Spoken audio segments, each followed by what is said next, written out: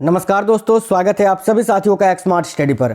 साथियों, आज है 6 मार्च 2024 और आज एसएससी जीडी का पेपर था जिसका थर्ड शिफ्ट का पेपर छूट चुका है। आज की इस वीडियो में आज थर्ड शिफ्ट में पूछे गए क्वेश्चन आंसर को देखेंगे।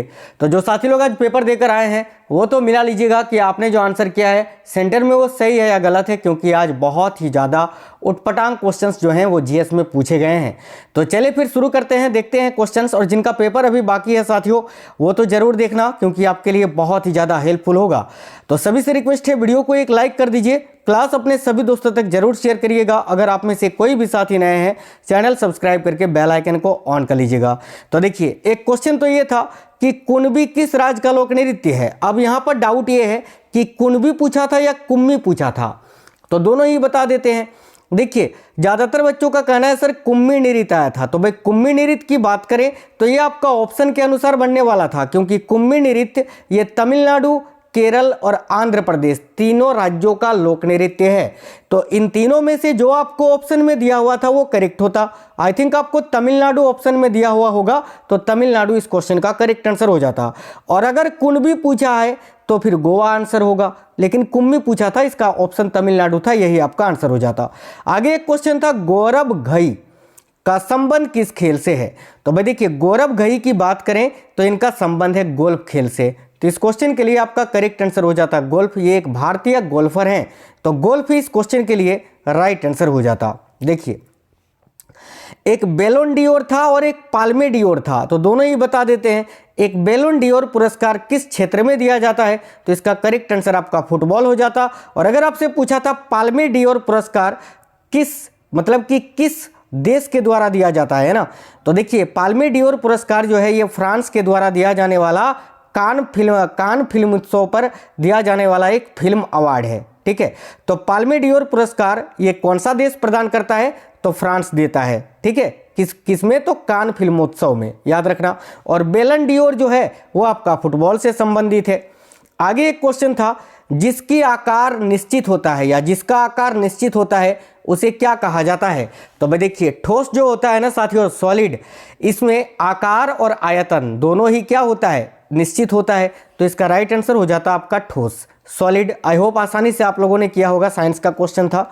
आगे देखिए, क्वेश्चन ये था कि 2011 की जनगणना के अनुसार हिंदू जनसंख्या करोड़ में कितनी थी, यानी परसेंटेज नहीं, परसेंटेज तो आपसे पूछा था कल, वो आपका हो जाता 16.75%। ठीक है, लेकिन यहाँ पर जो है ना, माफ करना, कल जो पूछा था वो ये था कि 2011 की जनगणना के अनुसार हिंदुओं में वृद्धि दर कितनी थी, तो वो आपका था 16.75%। ठीक है, आज पूछा है 2011 की जनगणना के अनुसार हिंदू जनसंख्या कितनी थी टोटल करोड़ में। तो देखिए, 2011 की कुल जनसंख्या कितनी थी साथियों, तो 121.09 करोड़, जिसमें से हिंदुओं का परसेंटेज कितना था, माफ करना, परसेंटेज तो 79.8% था, लेकिन करोड़ में पूछा था तो आपका करेक्ट आंसर 96.63% हो जाता। ठीक है, 96.63 करोड़ जो है ना, ये हिंदुओं का कुल जनसंख्या था और परसेंटेज 79.8%। अगर आपसे आने वाले शिफ्टों में पूछे 2011 की जनगणना के अनुसार मुस्लिमों का जनसंख्या कितना था करोड़ में, तो 17.22 करोड़ और परसेंटेज 14.2।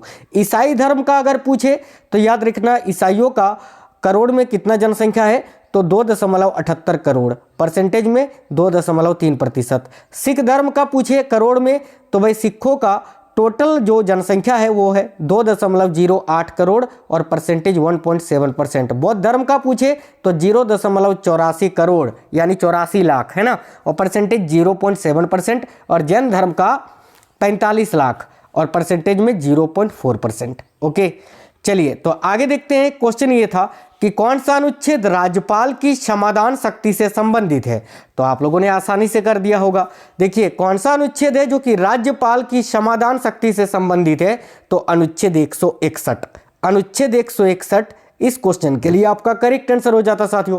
कौन सा अनुच्छेद है जो कि राज्यपाल की क्षमादान शक्ति से संबंधित है, तो अनुच्छेद 161। देखिए, एक साथियों संविधान के अनुच्छेद 12 का संबंध आपसे पूछा था किससे है, तो देखिए संविधान का अनुच्छेद 12 जो है यह भारत के संविधान में एक प्रावधान है जो कि संविधान में उल्लेखित राज्य शब्द को परिभाषित करता है। ठीक है, तो इसके अनुसार जो आपको ऑप्शन दिया हुआ था वो आपका करेक्ट हो जाता।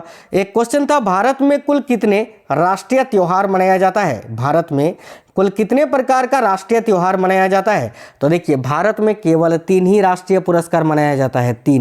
3 में से एक आपका गणतंत्र दिवस है जो कि 26 जनवरी को मनाया जाता है प्रत्येक वर्ष, एक आपका स्वतंत्रता दिवस है जो कि 15 अगस्त को मनाया जाता है, और तीसरा आपका गांधी जयंती है जो कि 2 अक्टूबर को मनाया जाता है। भारत में मनाया जाने वाला ये 3 राष्ट्रीय त्योहार, केवल 3 ही राष्ट्रीय त्योहार है, आपको याद रखना है, गणतंत्र दिवस, स्वतंत्रता दिवस और गांधी जयंती। ओके, आगे देखिए, क्वेश्चन भीमा नदी नहीं था, शायद ऐसा था कि लोथल किस नदी के किनारे पर है या फिर कुछ अलग टाइप से क्वेश्चन था।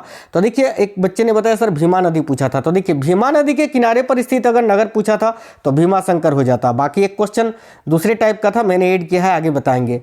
आगे एक क्वेश्चन था, उस्ताद जाकिर हुसैन का संबंध किस वाद्य यंत्र से है? तो भाई जाकिर हुसैन का संबंध ये तो सिंपल सा है, तबला। आप इस क्वेश्चन का करेक्ट आंसर हो जाता, आसानी से कर दिया होगा। जैसे कि अल्लाह रखा अगर आपसे पूछे, अल्लाह रखा का संबंध किस वाद्य यंत्र से है? तो तबला आप बताओगे, है ना। आगे देखिए, एक हिंदी का क्वेश्चन ये था एक कि तरल का विलोम शब्द क्या होता है? तो भाई हिंदी में ये क्वेश्चन पूछा था, तरल का विलोम शब्द आपसे पूछा गया था जो कि होता है ठोस।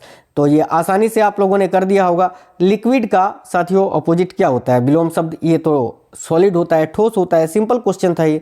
एक क्वेश्चन था, जर्मनी शांति पुरस्कार 2023 में किसको दिया गया है?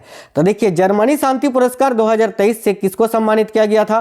तो सलमान रुश्दी को। तो भाई सलमान रुश्दी जो कि अंग्रेजी लेखक हैं, इन्हीं को जर्मनी शांति पुरस्कार 2023 दिया गया था। एक क्वेश्चन था, जीडीपी में 1951 से अब तक औद्योगिकीकरण में कितनी प्रतिशत वृद्धि हुई है? तो इसका ऑप्शन अगर 26% आपको दिया हुआ था तो 26% लगभग करेक्ट आंसर हो जाता। अब ऑप्शन में 26% था या नहीं, आप हमें कमेंट बॉक्स में कमेंट करके बताना, ये जीडीपी वाले क्वेश्चन में। आगे एक क्वेश्चन था, विजेंद्र सिंह।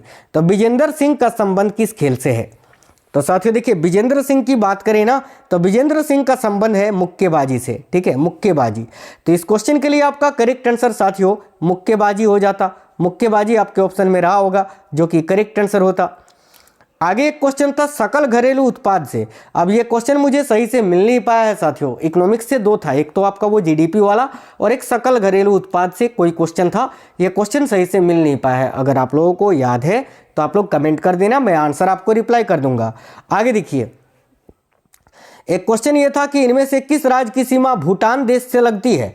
अब साथियों ऑप्शन जो है ना आपका यहाँ पर देखिए, असम, अरुणाचल प्रदेश, पश्चिम बंगाल और सिक्किम, इन चारों राज्यों की सीमा भूटान से लगती है। लेकिन ऑप्शन के अनुसार आपका बनता, आज के ऑप्शन में पश्चिम बंगाल आपको दिया हुआ था जो कि करेक्ट आंसर हो जाता। इस वाले क्वेश्चन का जो ऑप्शन था उन ऑप्शनों में से एक आपका वेस्ट बंगाल था, यानी पश्चिम बंगाल था, तो यही आपका करेक्ट होता। क्योंकि देखिए, भूटान की सीमा असम के साथ 267 किलोमीटर लगती है जो कि सबसे अधिक है। उसके बाद अरुणाचल प्रदेश के साथ 217 किलोमीटर लगती है, पश्चिम बंगाल के साथ 183 किलोमीटर लगती है और सिक्किम के साथ 32 किलोमीटर लगती है। पश्चिम बंगाल आपके ऑप्शन में था, ये आपका करेक्ट आंसर होता। सेकंड शिफ्ट में बांग्लादेश के साथ पूछा था और अभी थर्ड शिफ्ट में भूटान के साथ पूछ लिया है। आगे देखिए, क्वेश्चन था, सिंधु घाटी सभ्यता स्थल लोथल किस नदी के तट पर स्थित है? तो साथियों ये अगर पूछा था आपसे तो फिर भोगवा नदी हो जाता, क्योंकि सिंधु घाटी सभ्यता जो है लोथल, ये भोगवा नदी के तट पर था। या क्वेश्चन आपसे ऐसा पूछा होगा कि भोगवा नदी के तट पर सिंधु घाटी सभ्यता का कौन सा स्थल स्थित है? ऑप्शन में लोथल, चंदुहड़ो इस प्रकार से ऑप्शन दिया हुआ था, तो इसका करेक्ट आंसर आपका लोथल हो जाता। ठीक है, आगे देखिएगा। आगे साथियों एक क्वेश्चन ये था कि पोलोमी घटक का संबंध किस खेल से है? तो भाई काफ़ी आज जो है ना साथियों, ये जो क्वेश्चंस पूछे गए हैं ना, ये काफ़ी टफ पूछे गए हैं। जीएस का जो लेवल था वो काफ़ी हार्ड था। देखिए, मैथ तो रीजनिंग और हिंदी तो ठीक है, उसमें कोई भी बदलाव नहीं हो रहा है। जो टॉपिक से पूछे जा रहे थे, जिस प्रकार से क्वेश्चंस पूछे जा रहे थे सिंपल, उसी टाइप से पूछा गया है आज भी तीनों शिफ्ट में अगर देखें। लेकिन आज के अगर तीनों शिफ्ट में देखें अभी तक, पहले, दूसरे और तीसरे में, तो साथियों ये जो जीएस का लेवल है ना, खतरनाक वाला इसको हम बोल सकते हैं। यानी 7 क्वेश्चन या 8 क्वेश्चन ऐसे हैं जो कि आप बना सकते हैं जीएस में। बाकी जो है आशा मत करिए, क्योंकि क्वेश्चंस इतने टफ लेवल के पूछे गए हैं। जैसे कि ये जो खिलाड़ी भी पूछे हैं यार, बड़े ही उटपटांग पूछे हैं, मतलब कि बहुत ही अंदर से। तो देखिए, पोलोमी घटक का संबंध किस खेल से है? तो भाई यहाँ आपका करेक्ट आंसर टेबल टेनिस हो जाता है। ये भारत के एक टेबल टेनिस प्लेयर हैं पोलोमी घटक। हिंदी की बात करें तो प्रत्येक शिफ्ट में आपसे 2 विलोम शब्द, 2 पर्यायवाची शब्द, 1 या 2 मुहावरे, इसके अलावा अनेकार्थी शब्द यानी अनेक शब्दों के लिए एक शब्द से 1 क्वेश्चन, वाक्य शुद्धि से 3 क्वेश्चन पूछा जा रहा है। इसके अलावा तत्सम और तद्भव से 1 क्वेश्चन अभी पूछा जा रहा है। इसके अलावा साथियों गद्यांश जो है वो आपका एक 5 नंबर का तो पूछा ही जा रहा है, ठीक है। इसके अलावा अगर साथियों आज थर्ड शिफ्ट का कोई भी क्वेश्चन आपको याद है तो कमेंट कर देना। चौथे शिफ्ट वाला वीडियो देखिए, उसका नोटिफिकेशन नहीं आएगा। चौथे शिफ्ट का जो एनालिसिस वाला वीडियो आएगा उसका नोटिफिकेशन नहीं आएगा, उसको आपको सर्च करके देखना है, ठीक है। चैनल के अंदर स्मार्ट स्टडी सर्च करके आप लोग देखना, वो क्लास आपको मिल जाएगी। जैसे ही चौथे शिफ्ट का क्वेश्चन आंसर मुझे मिल जाता है वो वीडियो मैं आपको प्रोवाइड करा दूंगा, ठीक है। तो ये आज के थर्ड शिफ्ट के क्वेश्चंस थे। अब आपको कोई भी क्वेश्चन याद है तो कमेंट करना। आपका पेपर अब कल जो है कौन से शिफ्ट में बचा हुआ है ये भी आप हमें बता देना। तो मिलेंगे आपसे नेक्स्ट वीडियो में, तब तक बिल्कुल स्वस्थ रहें। जय हिंद साथियों। क्लास को एक लाइक शेयर जरूर कर देना और चैनल सब्सक्राइब करके बेल आइकन ऑन कर लीजिएगा। तब तक के लिए जय हिंद, वंदे मातरम।